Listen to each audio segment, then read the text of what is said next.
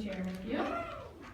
Tonight we made challah, and so I have a special story about a baker. Does everyone know what a baker is?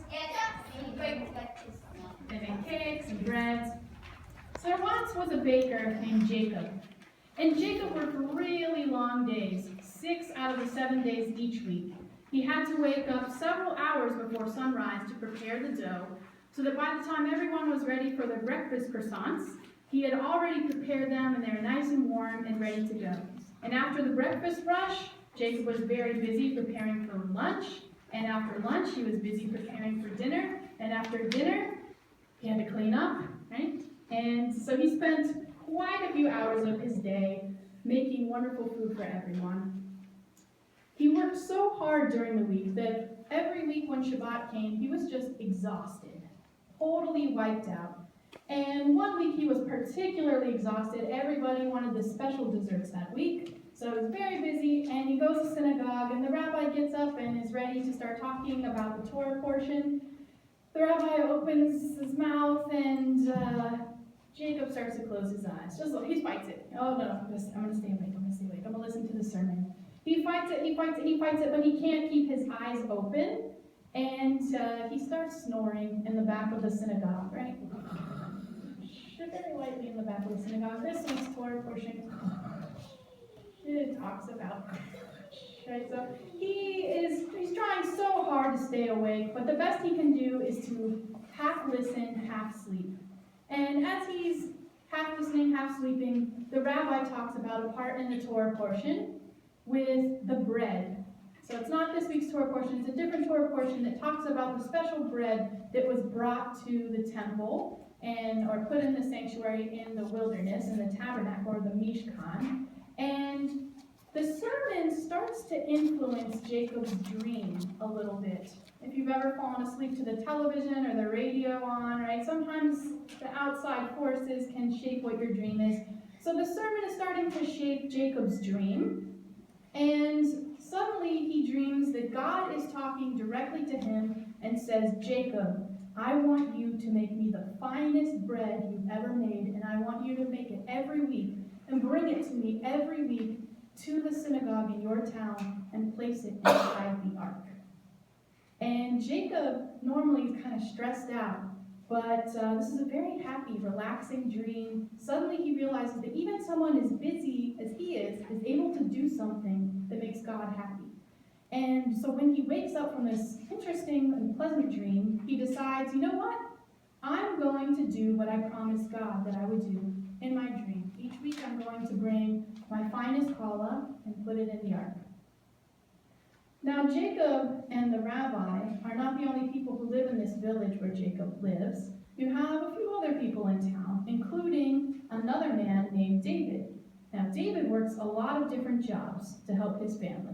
One of his jobs is he works as the Shammes, or the Shammes, right? The man who comes in and helps keep the synagogue clean each week. That's just one of his jobs. Another one of his jobs is that he has a bunch of chickens, and they lay eggs, and he sells those eggs at the market to get extra money so they can buy a really nice challah for Shabbat for his family each week. Unfortunately, one week a bunch of wolves come, and they get into David's property, and they eat all of the chickens. You have no more chickens, right? No more eggs, no more money, no more challah, and it's Friday. First time. What is David going to do? He's really, really upset. So when he goes in to clean the synagogue that Friday morning, wants it to be nice for Shabbat services, he's cleaning, he decides to open the ark, and he starts to pray. He says, Ribono shel olam, Master of the universe, you know everything. You know how little I get paid to clean the synagogue. You know that my chickens were eaten by wolves. You know that we have no money to buy challah and have a nice Shabbat dinner this week. I don't know what I'm going to do. I don't know what I'm going to tell my kids.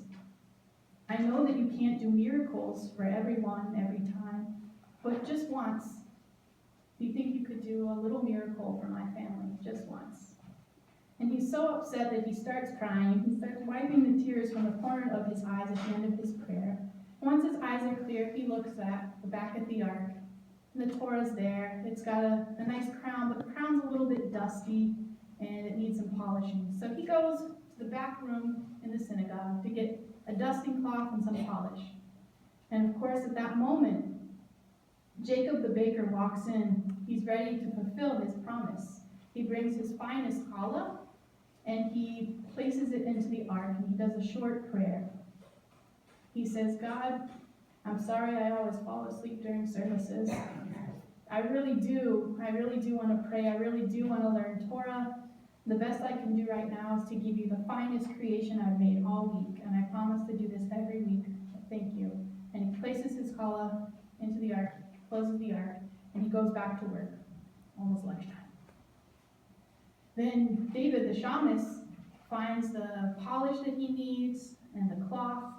It was all the way in the back of the storage room. He brings it back, he opens the ark, and what does he see?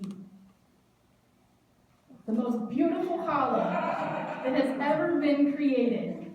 Thank you! Thank you! Oh my God, thank you! This is a miracle. Oh my God, this is great. Thank you, thank you, thank you. I'm so grateful. His prayer has been answered instantly. And he goes home and has a wonderful Shabbat dinner with his family that week. So he makes a wonderful Shabbat dinner, and the same situation basically plays out week after week for months. The baker, Jacob, brings his finest creation of the week, places it in the ark right before the lunch rush. He goes back to work, and David the Shammes opens the ark to make sure the Torahs look nice for Shabbat services, and he always finds his miracle bread there. So everything is working out beautifully until one day, the rabbi comes into the sanctuary at the exact moment that Jacob came to bring in his bread. And the rabbi says, "What are you doing?" Right? He's a grown man putting bread into the ark. "What are you doing?"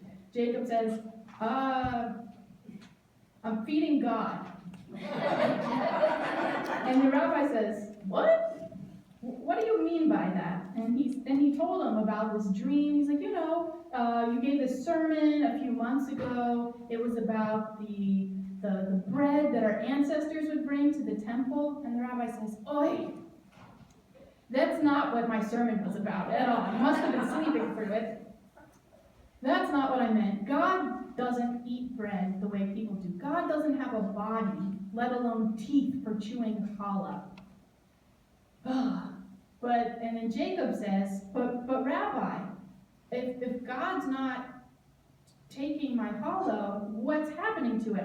It seems that God has been accepting my gift every single week for months. And the rabbi says, "Are you sure?" He says, "Yes, I swear. Every time services are over, I peek into the ark and the challah is gone." And the rabbi says, "Very interesting, very interesting. You know what? Why don't you go ahead and make your offering, put your challah in the ark, and then the two of us will go in the back of the sanctuary, and we'll just wait and see what happens." So puts it in the ark, close the ark in the back, they're hiding, and lo and behold, who comes in that week as every other week? David the Shammes, right? He comes in, cleans up the prayer area, and he opens the ark, and he thanks God yet again for this miraculous bread that enables him to have a nice Shabbat dinner with his family each week. And Jacob the baker is upset. "This whole time," he says to the rabbi, "this whole time I thought I was feeding God, but it turns out the Shammes has been eating it first." And the rabbi says, "Wait a second. I think it turns out I think I was mistaken. I think you were feeding God. Every time that you brought food here to feed the hungry, you have indeed been feeding God. The way that you feed God is causing God's presence to grow and become stronger in this village, the way that feeding a child nutritious food helps them to grow and become stronger in the same village." And Jacob's a little bit confused, but the rabbi said so, maybe. And he says, "Well, do you think I should still feed God?" And the rabbi says, "Yes, you should definitely keep feeding God. But may I recommend that you just invite David's family directly to your bakery instead of leaving these crumbs in the ark. And Jacob the baker does exactly that. Each week he continued to feed God by feeding all of the hungry in his community.